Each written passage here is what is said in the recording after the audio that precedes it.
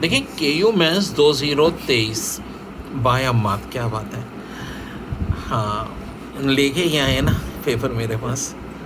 तो z equal to 3i-4 और तो देखो पहले तो z बांटना, कॉन्जुगेट क्या हो जाएगा। कॉन्जुगेट में ना रियल पार्ट को नहीं छेड़ते, सिर्फ इमेजिनरी का साइन चेंज करते हैं। फिर z प्लस z बार दोनों को एडअप कर दो तो -3i -8 आ जाएगा। फिर यहाँ इस सवाल में कह रहे हैं कि रियल इमेजिनरी पार्ट निकालो। 3i -2i square, iota square -1 होता है, +2 + 3i। तो रियल पार्ट 2 आ गया, इमेजिनरी 3। फिर ऑर्डर मैट्रिक्स पूछ रहे हैं, जब m × 1 है ऑर्डर, तो देखो एक कॉलम है ना, तो मैट्रिक्स कॉलम मैट्रिक्स कहलाएगा। यहाँ डिटर्मिनेंट पूछा था 1 6 6, 0 5 0, 1 4 4, 3 2 6। तो ये 4 4 6 करके फाइनल आंसर 8 आ जाएगा।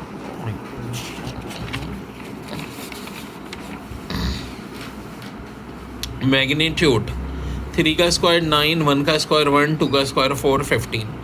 Arithmetic mean between C and D, C + D/2। इसी तरह हार्मोनिक मीन का देखो फार्मूला होता है 2AB/A + B। तो 2 फार्मूले का, ठीक है, A की जगह √2, B की जगह 3√2। तो 2 3 6 और √2 × √2 6 × 2। नीचे से √2 कॉमन ले लो, 1 + 3। ऊपर 12 हुआ, 4 से काटा तो 3/√2। क्योंकि आंसर इस फॉर्म में नहीं है, √2 से मल्टीप्लाई डिवाइड कर दो तो 3/2√2 आंसर आ जाएगा। फिर यहाँ 1x - 1 3 कह रहे हैं, अर्थमेटिक मीन में हैं तो x निकालें। तो देखो second term minus first term equal to third term minus second term, x की वैल्यू 3 आ जाएगी। n² समेशन, ये फार्मूला है भाई, इसके इक्वल होता है probability of getting 7 in throw या डाइस। यार 7 कहाँ से आएगा, 0 से 6 तक होते हैं डाइस, तो ये नहीं हो सकता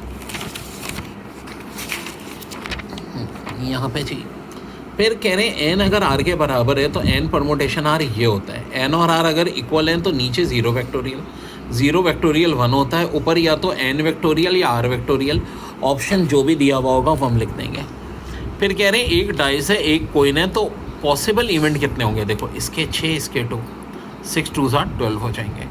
2 टीम्स हैं A और B जो कि प्लेइंग मैच कर रही है, तो A का जो है नॉट लॉस होने का चांस, तो देखो A का भी हाफ होगा, B का भी हाफ ही होगा। फिर है the term independent of x m in the expansion. तो भाई सबसे पहले जो टर्म इंडिपेंडेंट ऑफ x होगी वो सबसे पहली टर्म होगी, पहली वाली। और ओवरऑल पावर जो है ना n है, a की पावर n, या अगर अल्फा है ये a है, a है ना, तो a की पावर n। फिर कह रहे हैं कोफिशिएंट पूछ रहे हैं लास्ट टर्म का, तो देखो कोफिशिएंट ना -1 हो जाएगा। वैसे भी पावर ऑड है और माइनस है तो लास्ट टर्म माइनस होती है, मैंने क्लास में ट्रिक बताई थी, ठीक है। जो हमने मैजिक की थी तकरीबन यार वही है, x, y = mx + c m/c/r, तो ये लीनियर फंक्शन होगा। f is a to b domain is equal to b हो जाएगा। cos 3α का फार्मूला ये मैंने आपको भी बताया था कि इसमें ऑप्शन ही गलत है, इन्होंने किया दिया है 4 cos³ - 3 cos α, सारे ऑप्शन गलत दिए इन्होंने। असूलन तो भाई 1 मार्क्स देना चाहिए, लेकिन कुछ पता नहीं। इसी तरह कह रहे हैं फार्मूला जो है इसका, तो ये कोसाइन लॉ दिया हुआ है, बस लॉ पूछा था। और स्मॉल r इन सेंटर बराबर होता है एरिया/s के। बच्चों GK, English, chemistry, math, physics सब मैं अपलोड करता जा रहा हूँ, देखते जाओ।